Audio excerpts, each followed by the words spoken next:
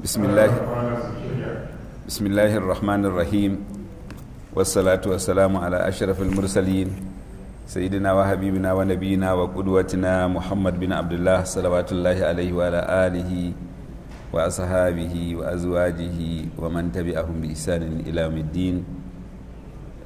Yan uwa masu albarka, assalamu alaikum wa rahmatullahi wa barakatuhu. Muna gode wa Allah maɗaukin sarki mai kowa mai komai wanda ya kama wannan rana ta Lahadi 28 ga watan Rabi'u Thani shekara ta 1442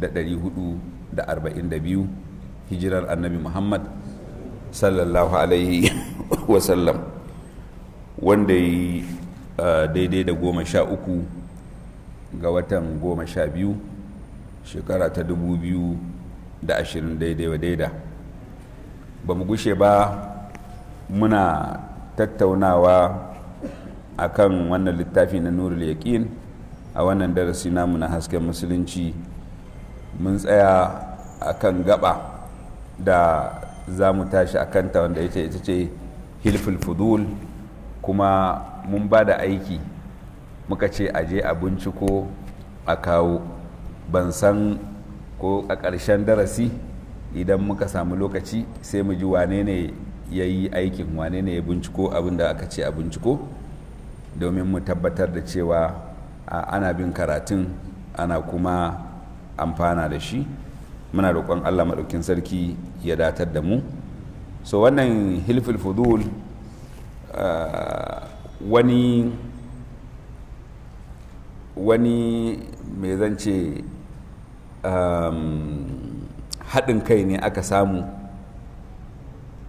aka yi shi a zamanin jahiliya, wanda a wancan darasin muka ce mu shafi wannan yakin da aka yi ba shi ne mai mahimmanci ba, amma wannan sulhun da aka yi ko kuma haɗin kan da aka yi ka taimaki ɗan uwanka azzalimi ko kuma wanda aka zalunta, to a kan shi ne za mu tashi. Saboda haka bismillah. بسم الله الرحمن الرحيم. الرجال فداعوا بحلف الفضول فتم في دار عبد الله بن جدعان التيمي أحد رؤساء قريش أحد رؤساء قريش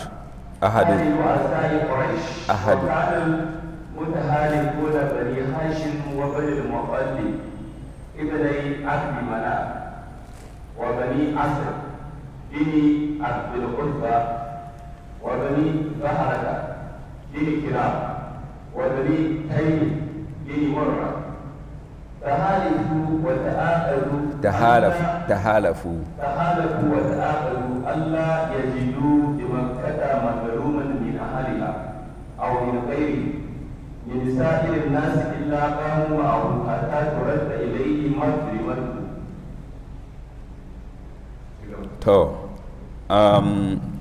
wannan hilful fudul wanda an kira shi da wannan suna saboda mutane ne masu falala, masu daraja, masu ɗaukaka suka haɗu. Malam ya ce wa inda ruju'i ƙuraishin min harbil fijar ta da'aula hilful fudul fatamma fi dara abdullahi bin jud'an taimi.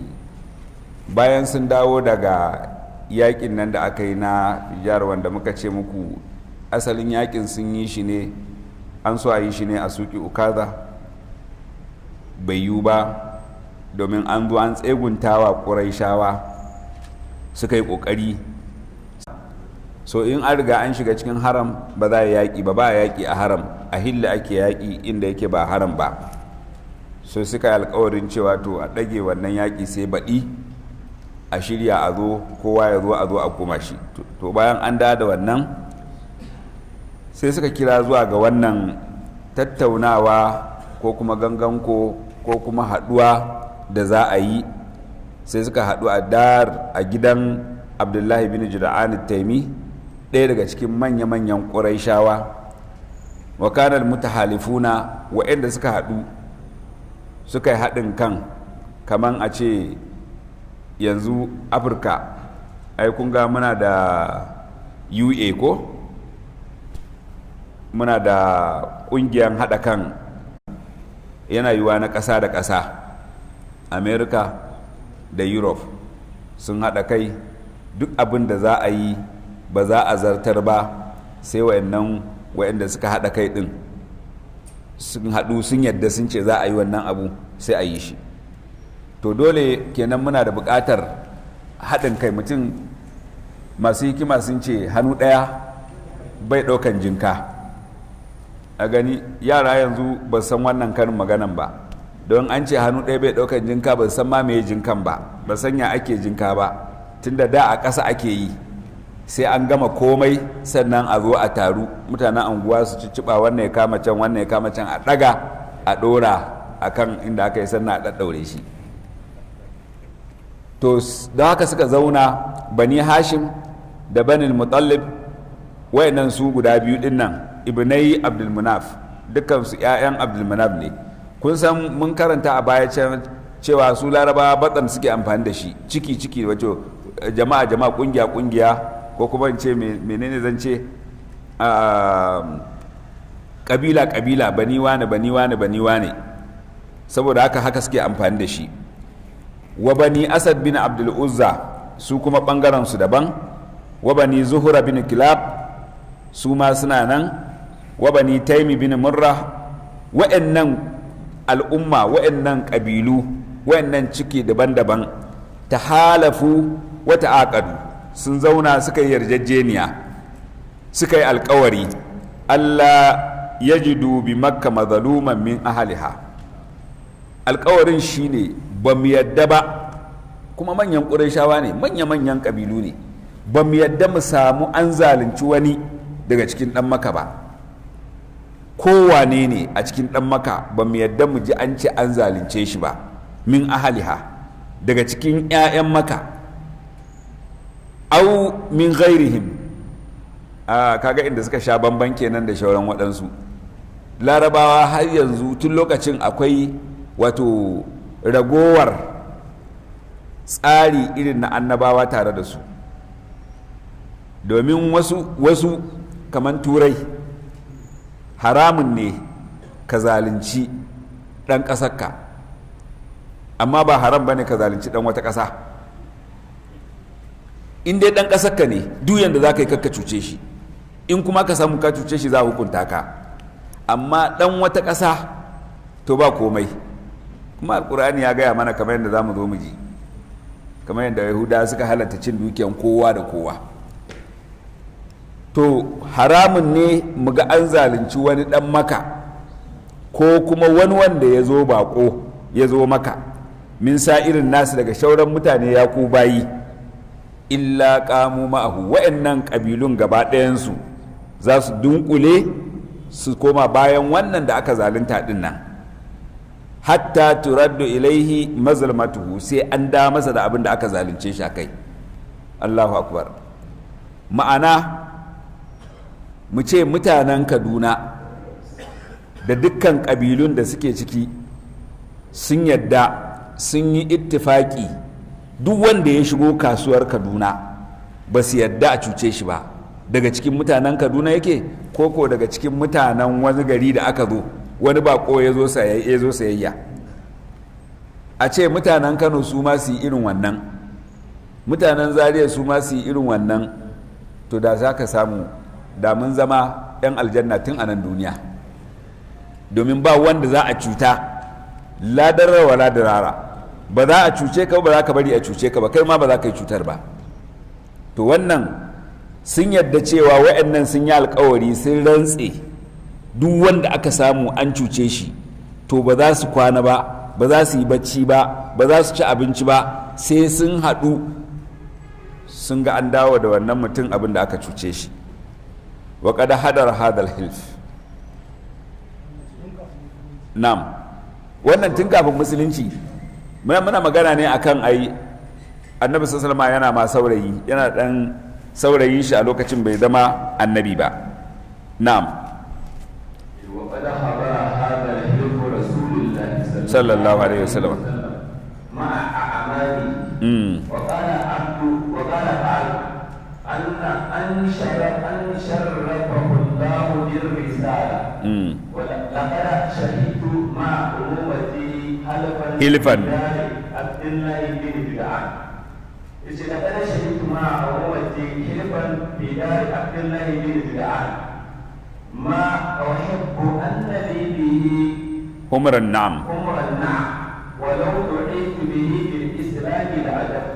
الله أكبر. وذلك لأنه صلى الله عليه وسلم مبعوث بمكارم الأخلاق وهذا منها. وقد أقر دين الإسلام كثيرا منها يرشدك إلى هذا قوله صلى الله عليه وسلم وبثت لأتمم مكارم الأخلاق لأتمم مكارم الأخلاق وقد دعا بهذا الحلف كثيرون فأنصفوه. تو ما شاء الله. وقد حضر هذا الحلف رسول الله صلى الله عليه وسلم a lokacin bai zama annabi ba kuma yana matashi kuma kun sani cewa amminsa Abu Talib duk inda zai je baya rabuwa da shi, yana rike da shi a kowane lokaci. So haka yake a cikin wato a cikin 'yan uwan mahaifinsa. Ya je shahida ma umumati tare da ammominsa.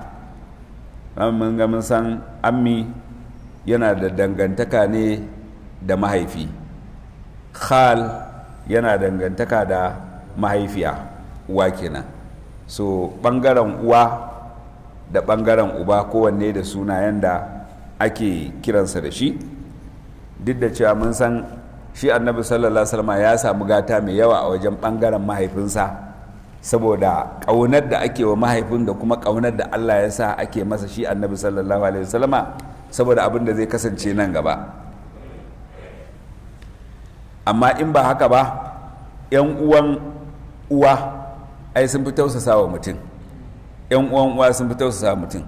Don haka ma da aka aiko shi da risala, sai ku ga 'yan uwan uban wasu daga ciki su ne suka kafirce, suka ɗanɗana mishi kuɗarsa.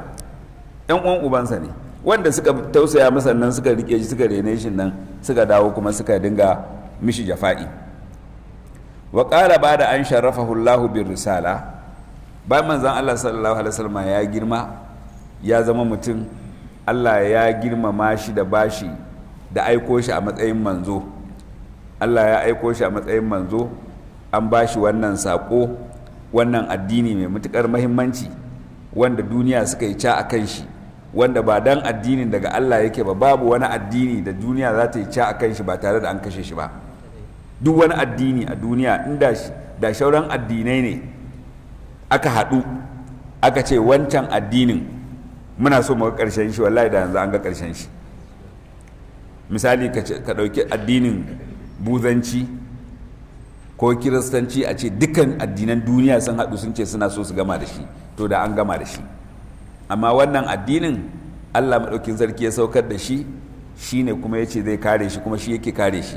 Shi sa za ku ga masu mishi jafa'i za su kulla jafa'in, su suna zaton jafa'in da za su yi a ƙasan da addini ya girma ne, ya bunƙasa, yake da uwa da uba, sai su yi wannan, sai kuma su ga addinin yana fitowa daga gindinsu, daga wurinsu. A lokacin da kake takura wa musulunci, kake takura wa musulmai, a lokacin ko zaka ga mutane suna karban addini afwajan, tilqa'iyan za su karba. So ba wanda isa ya murkushe addinin da mutum ɗaya ya zo da shi, jallin jal, aka taru a wannan lokacin a murkushe shi aka kasa. Sai yanzu da mutane, biliyoyin mutane suka karba shi, da zaka iya kashe shi? Ai ba zai yi ba. An gama tiran gini tiran zane, rufi'atul aqlam wa jaffatus suhuf. So addinin nan shine zai kai ƙarshe har tashin alƙiyama, kuma duk bala'in da za a shiga da masifar da za a shiga da gurɓacewar da zai yi, sai ka samu waɗansu mutane suna riƙe da shi gamgam, la yadurruhum man khazalahum. Duk wani wanda ma zai musu sharri ko zai kaza ba zai cutar da su ba. Addinin Allah shine kalmatullahi hiyal uliya. To bayan manzon Allah, Allah ya karrama shi, mu ma ya karrama mu, domin kawai ka dubi kanka kawai ka kana cikin al'umman annabi Muhammad sallallahu alaihi wasallam, wannan ya isa ka zauna ka faɗi kai sujudu shukur kana gode wa Allah.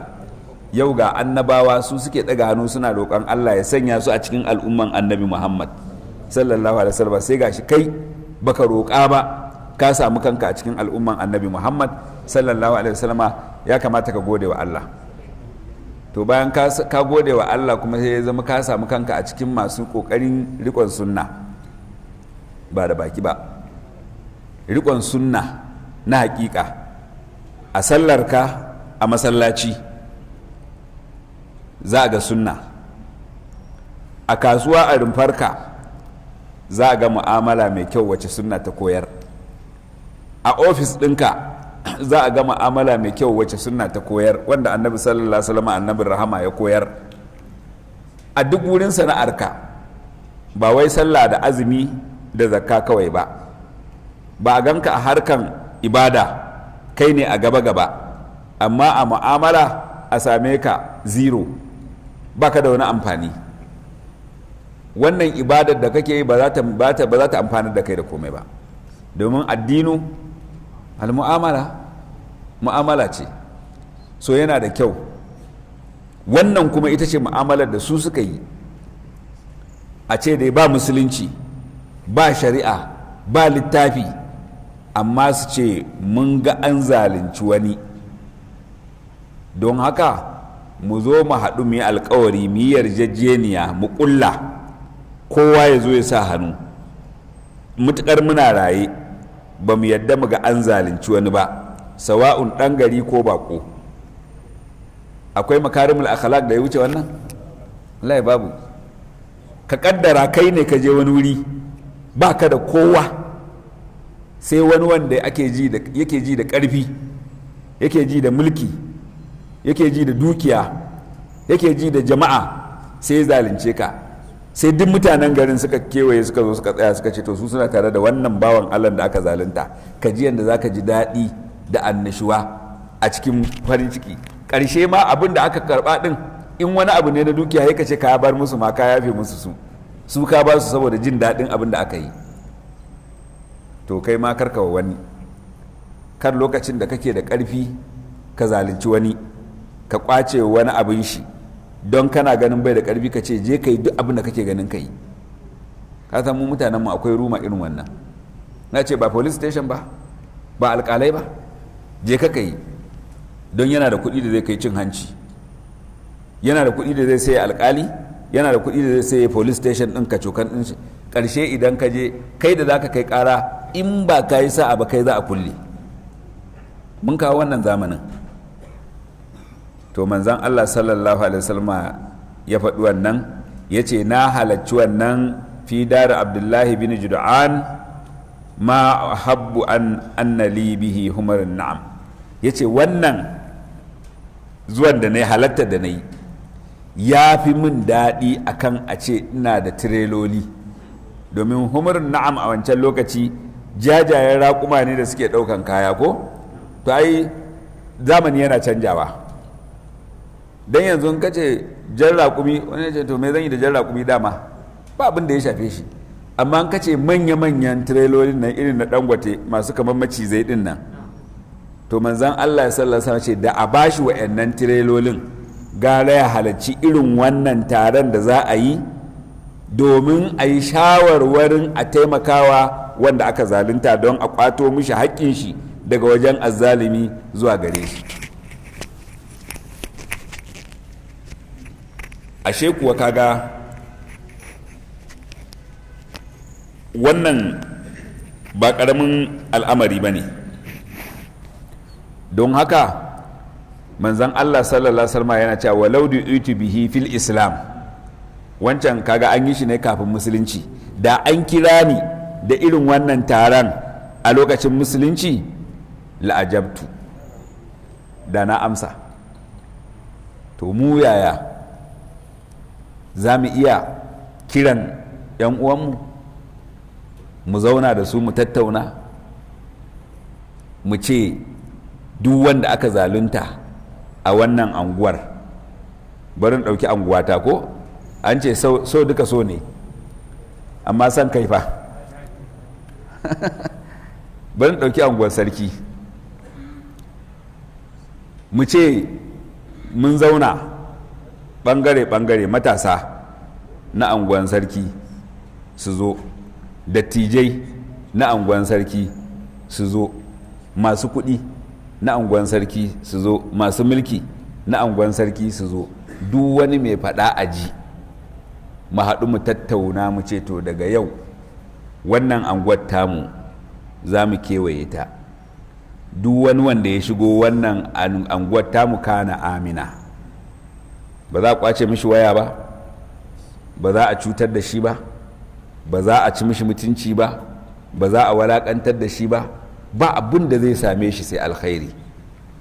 sai a zo a ce to ina shugaban matasa gani baya imu baya'a, shugaban masu kuɗi gani imu baya'a, duka anguwan a yi mu baya'a. sai malali su ma sai suka je suka yi wannan, sai anguwar kanawa su ma suka yi wannan, sai anguwar wacce anguwa har a baku a tafi har a tafi ƙarshe a je can hayin me ayin rigasa su ma su yi wannan. Ya zama kowace anguwa idan ka shiga kana cikin nutsuwa da kwanciyar hankali. Yaya Kaduna ta zama safe ko ba ta zama safe ba? So wannan muna jira gwamnati za ta mana wannan? Ina tambayan ku, gwamnati ce za ta mana wannan? Ashe mu ne za mu yi. So idan mu ne za mu yi wannan, in wa'annan sun yi a zamanin jahiliya, mu yanzu zamanin jahiliya ne? Ashe mu ya cancanta mu yi wannan. Shi sa manzon Allah sallallahu alaihi wasallam yayi kamar yana cewa ne, ya ku al'ummar musulmai, irin wancan taro da ƙuraishawa suka yi lokacin babu musulunci, da ittifaki da suka yi, da taimako da suka ce za su taimaki ɗan uwansu wanda aka zalunta kuma za su hana azzalimi, to yau ku ya kamata ku yi wannan. shine ma'ana law du'itu bihi fil islam la ajabtu. Da manzon Allah sallallahu alaihi wasallam yana nan da rai aka kira shi irin wannan zai amsa ya zo. Duk inda aka ce za a yi sulhu za a samu maslaha, to a ganka a wurin, a shirya da kai, ka taimaka. Muna fama da matsaloli daban-daban. Irin wannan taron da wa'annan ƙuraisha suka yi shine warware musu matsaloli. Dan iska ba zai yi ba, domin mutanen kirki su suka ce za su yaƙe shi, haka ne ko? Mutumin kirki da yake shaidan ya shiga zuciyar shi ma ba zai yi ba, don ya san waɗanda suke bayan wanda aka cuta sun fi shi ƙarfi. To shine malam yace wa zalika li annahu alaihi salatu wassalam mab'usun bi makarimil akhlaq, domin shi tsira da amincin Allah su tabbata gare shi an aiko shi ne mab'us, an aiko shi da risala bi makarimil akhlaq, da kyawawan ɗabi'a. Wallahi makarimil akhlaq din nan yan uwa masu albarka, ni fa ba wani mutumin da naga cewa baya son a mishi mu'amala, kyakkyawan mu'amala, babu shi. Ko akwai? Amma mu kuma muna wa mutane kyakkyawan mu'amala. Ko mutum ne ka haɗa shi, ka sake mishi fuska, kai mishi murmushi, kar ya gaishe ka ɗaure mishi fuska. Ko da mai tambaya ne, fa amal yatim wa amma sa'il, kar ka hantare shi, kai kun cika fitina kun yi wala iyayenmu suna da wasu kalmomi da suke amfani da shi, kalmomi ne masu kwantar da kai, masu kwantar da rai. Idan an yi bara sai su ce me, Allah cishe mu, Allah ba da sa'a, ko ba ka bane? Allah cishe mu, ni ma ina bukatan Allah ya cishe ni kamar yadda kai kake da bukata, so da ni da kai Allah ya cishe mu. Ko ba an tambayi annabi sallallahu alaihi wasallam ya ce mal mas'ulu an habi a'lam min as-sa'il. Kaga bai ce wannan tambayan ya zaka mun irin wannan tambaya ta ganganci.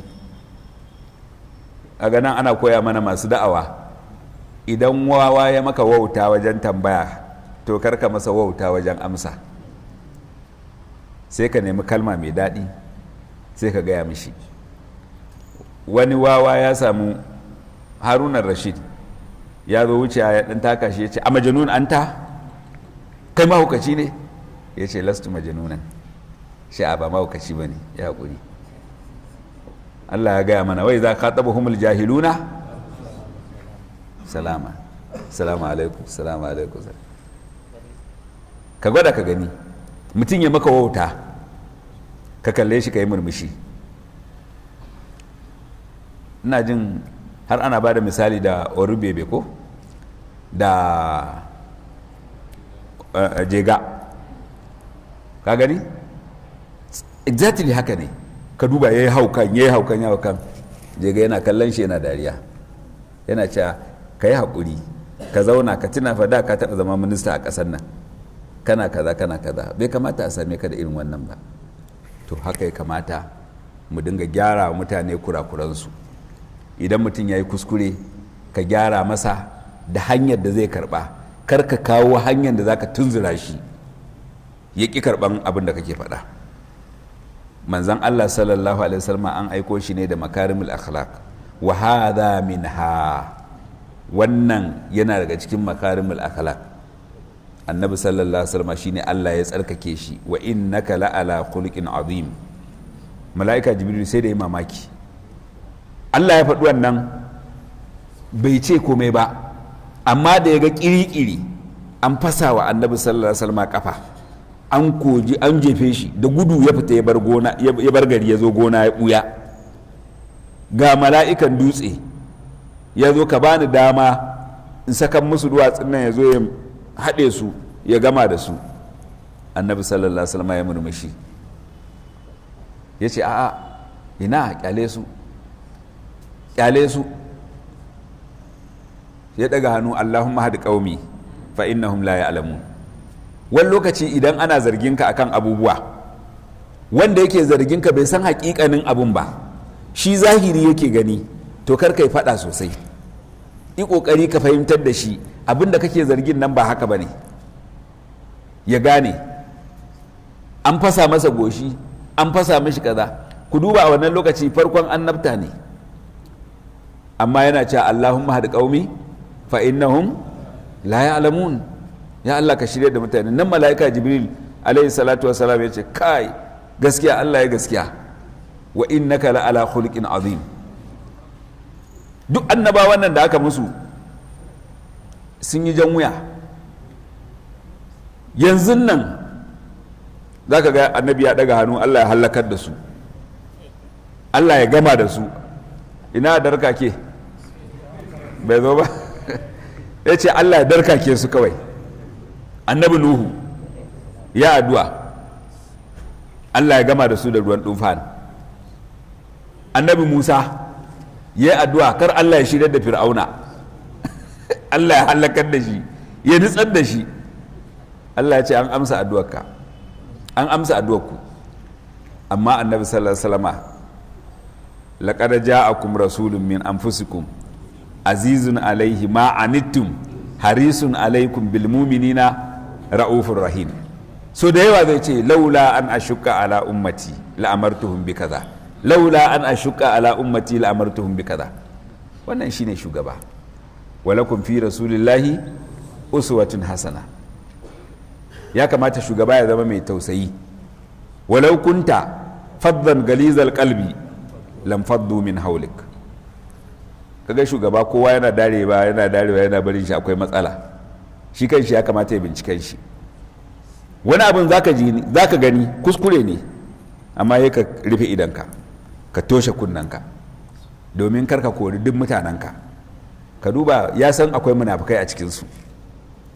Sahabbai suka ce ku ba mu dama ya Rasulullahi, tunda mun san su da wane mu gama da su. Ya ce ai ku kuwa san su, su wanda suke nesa ai ba san su ba, su suna kirga su ne a cikin musulmai.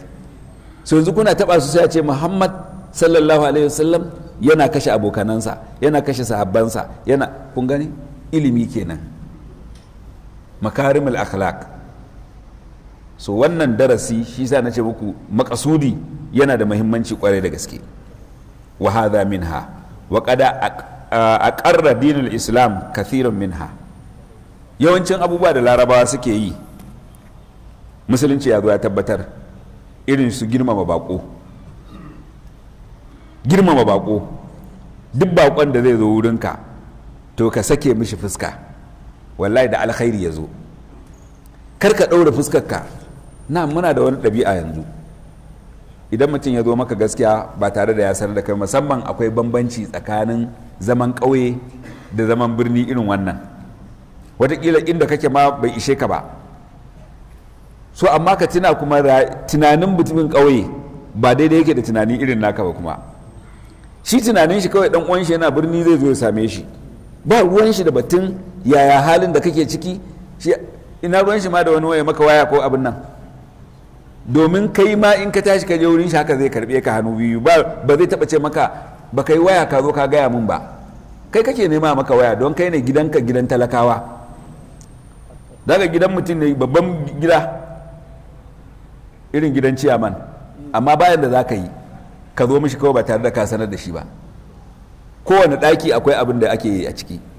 Shi ko mutumin ƙauye ba ruwan shi, yanzu na ya ce matar shi ba ta fitar ga ɗakin ya saka ka a ciki. So zuciyar shi fara take tas mutumin ƙauye. So idan ya zo maka da irin wannan wautan, to kai kuma ya kai mayar mishi da me, da alkhairi. Kar ka ɗaure mishi fuska. Shi sa sahabban manzan Allah sallallahu alaihi wasallam suke cewa su ba sa iya tambayan annabi sallallahu alaihi wasallam wani abu, amma suna sauraron wani mutumin ƙauye ya zo, dan shi cikin wauta zai tambayan ma, ya Muhammad haka zai kira, mata sa'a. Manzan Allah ba zai fishi ba, ya ce ma za a adatta laha, me ka tanadar mata? Tashin kiyama to me ka tanadar mata? Ba shi kenan ba? Wauta, ya Rasulallah ba ni izini in yi zina. Subhanallah. Ya ce kana so a yi da mahaifiyarka, kana so a yi da yarka, kana so a yi da kanwarka. Simple, ba zagi ba komai. Ja'a wahid wa bala fi dan min da'ifatil masjid. Sabai suka hantare shi, yace mahma ku kyale shi. Da ya gama yace ku ebo ruwa ku zuba, yace kai kuma zo, yace innal masajida lan tubna lizalika. Masallaci ba gina shi dan haka ba, an gina shi ne dan kaza dan kaza. Ai ka gani, ya je ya sallah ya gama idan ya ce ya Allah Allahumma arhamni wa Muhammadan wala tarham ma'ana ahadan. Ya ce ka sake kwabawa kuma, ya Allah ka gafarta min ni da Muhammad kadai. Ka duba abin da ake koya mishi, tarbiyyar ma bai dauka ba. Muhammadin ma bai ce an hana kar ku kira da sunan shi, ko Allah bai kiran shi Muhammad.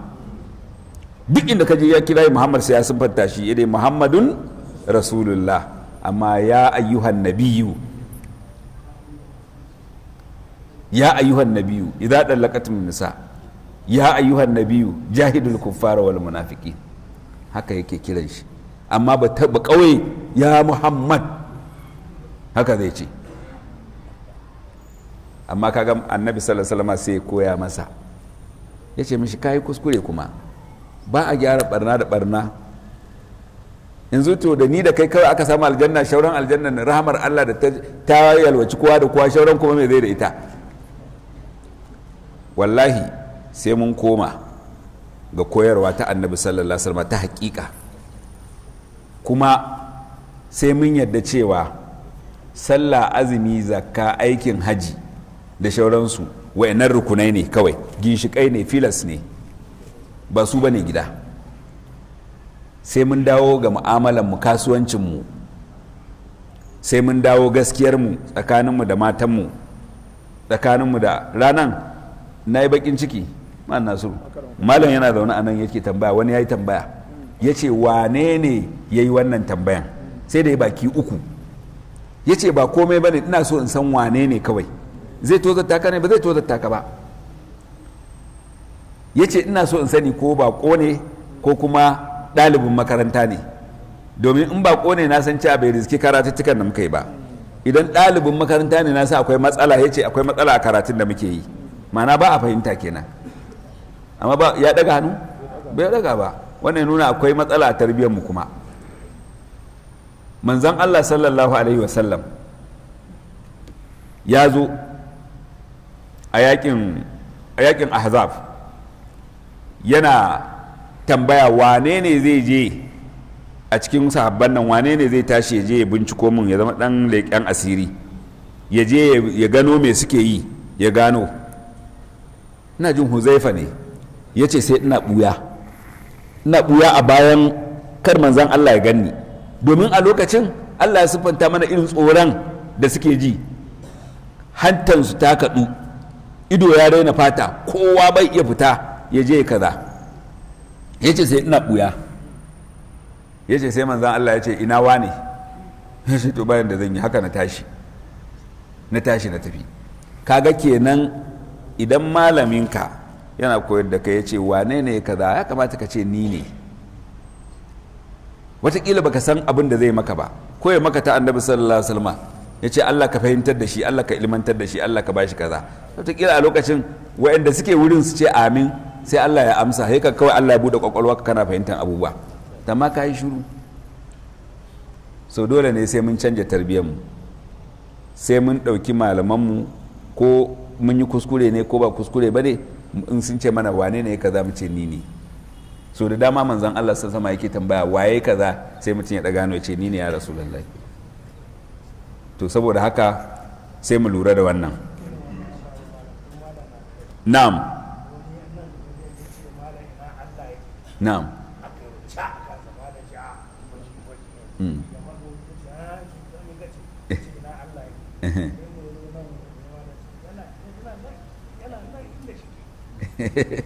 yana nan inda shike.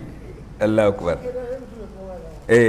Mai magana yana cewa wani lokaci Sheikh Abubakar Gumi Allah gafarta masa yana karatu a wannan wuri, sai wani ya tashi ya ce mishi ina Allah yake, sai mutane suka yi ci a kan shi, ya ce ku kyale shi taho nan, ina mai tambaya. Sai da ya zo ya ce me kace, ya ce ina Allah yake, ya ce yana nan inda yake, to zauna. Ko ba ka bane? Wani ya ce mishi ya yi ridda ko ya kafirta, sai ya ce ashhadu an la ilaha illallah wa anna Muhammad, ya ce na dawo, ko ya ce to ci gaba, a ja baki aje. Wannan malamai kenan rabbaniyin waɗanda suke wato ainihin koyar da mutane abubuwa, don duk wanda yake nan, in banda yanzu da yake zamani ya canja. Yanzu kamar ni da nake karantarwa, tunda ban isan karantar ba, akwai wasu a cikin ku wanda sun karanta wannan abin, sun fi ni sani, sun yi komai, amma yanzu ni da nake karantarwa. So kamar ni kan na ɗauka cewa kowa da yake nan gurin jahili ne, ya zo ne ya karɓi karatu a wuri na sam. A wannan karatun da muke yi, wani yaro ɗalibi ne ya kira ne ya ce mala a wuri kaza da aka karanta an yi kuskure, ba haka yake ba. Na ce ya yake, ya ce kaza ne, ce to za mu gyara. Da muka zo nan ko muka gyara, muka ce yadda muka kira kalmar ba haka take ba, ga yadda take. Wani lokaci za ka bari jadalan don karka ba da fitina. Kuna gani wani lokaci Dr. Ahmad yana tafsiri a nan, ko yana karanta muktasar, ko yana karanta muwatta da shauransu, wani zai sai a yi ca a ce to ku ba ku ne malaman ba. Ta nan aka samu khawarij, saboda shishigi. Shi yasa halkan mu ta karatun Qur'ani na hana kowa ya gyara. Na ce to tun ina karanta, kai kai gyara, kai to waye malamin kuma? Ko in an yi kuskure kai shiru, ka kyale malamin, shi zai gyara. Yana cikin tarbiya. Manzon Allah zai tambayi sahabbai sallallahu alaihi wasallama, ko kun san kaza? Sai su ce me? Allah wa rasulu alam. Maka bai tambaye su, ko kun san wannan garin? Suka ce Allah wa rasulu alam. Ba san maka bane?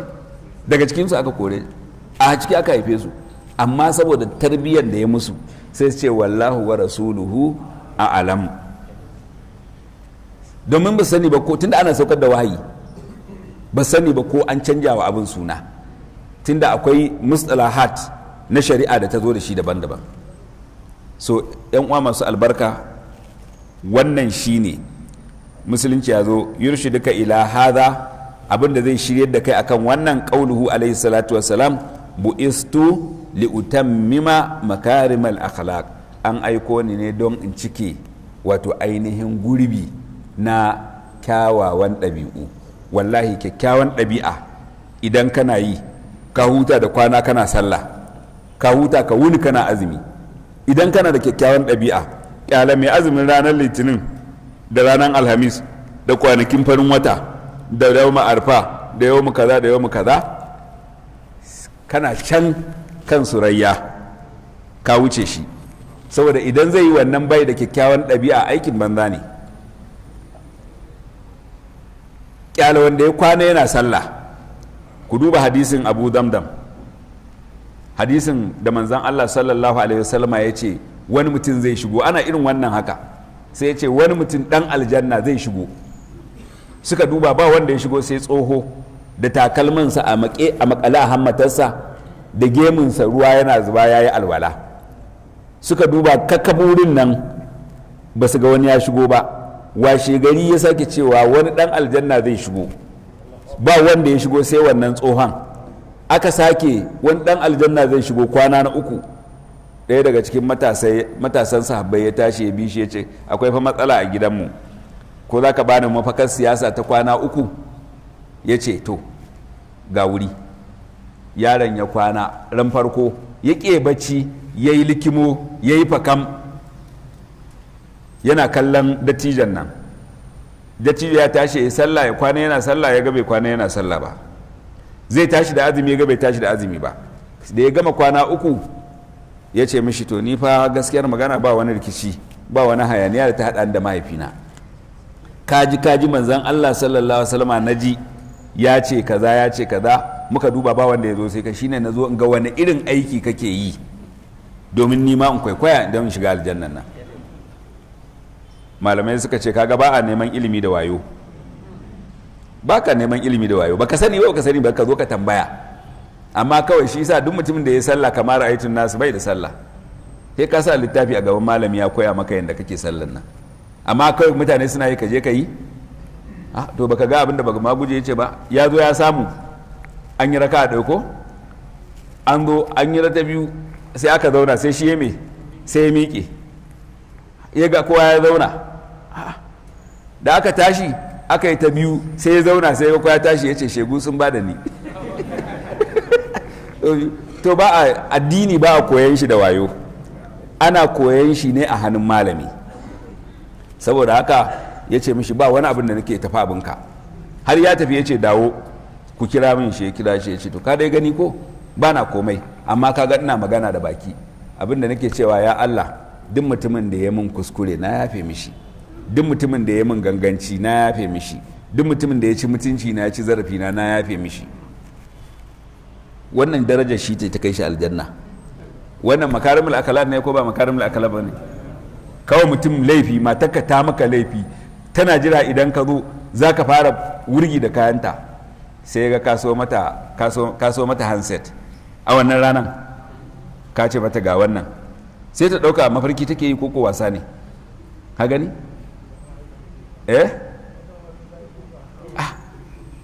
Mutum ne ya ci maka mutunci, ya ci maka zarafi, ya gama komai, sai kaga ya shiga cikin wani hali na kaka na kayi, sai ka zo ka fitar da shi a cikin wannan halin. Makarimul akhlaq, ma'ana yanzu muna buƙatar mu koyi makarimul akhlaq fiye da yadda muke buƙata mu koyi sallah. Saboda haka manzon Allah an aiko shi, wa qad da'a bi hadal hilf kathiruna fa ansafu. Da yawa sun kira irin wannan abin, sai suka insafi wajen kira a zauna irin wannan. So durus wal ibar ba zai yiwu ba saboda lokaci ya riga ya yi halinsa. Insha Allah ta'ala mako mai zuwa mun hada, kana rubuta aikin da muke bayarwa? Ba mai rubutawa. Mako mai zuwa za a gaya mana menene dalilin da ya jawo aka yi wannan hilfil fudul din. Don mun faɗa ne a dunkule, da gangan ban kawo dalili ba, saboda haka a je a kawo shi, ka je ka binciko, ka karanta ga dalilin da ya jawo aka yi haka. Sa'an nan kuma sai mu zo mu shiga cikin durus din da za mu samu a cikin wannan al'amura. Muna fata Allah maɗaukin sarki ya datar da mu. Abin da muka faɗa daidai Allah maɗaukin sarki ba mu lada a kai, wanda muka yi kuskure Allah maɗaukin sarki ya yafe mana.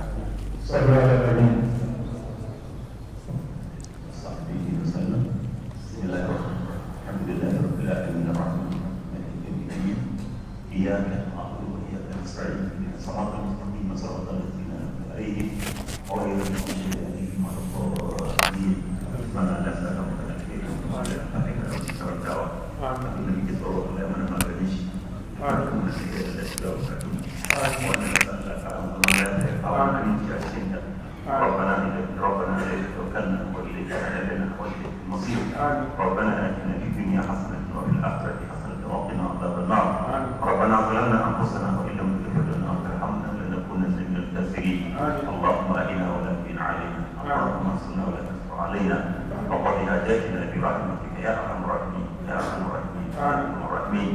اللهم صل على محمد وعلى ال محمد كما صليت على ابراهيم وعلى ال ابراهيم وبارك على محمد وعلى ال محمد كما باركت على ابراهيم وعلى ال ابراهيم في العالمين انك حميد مجيد.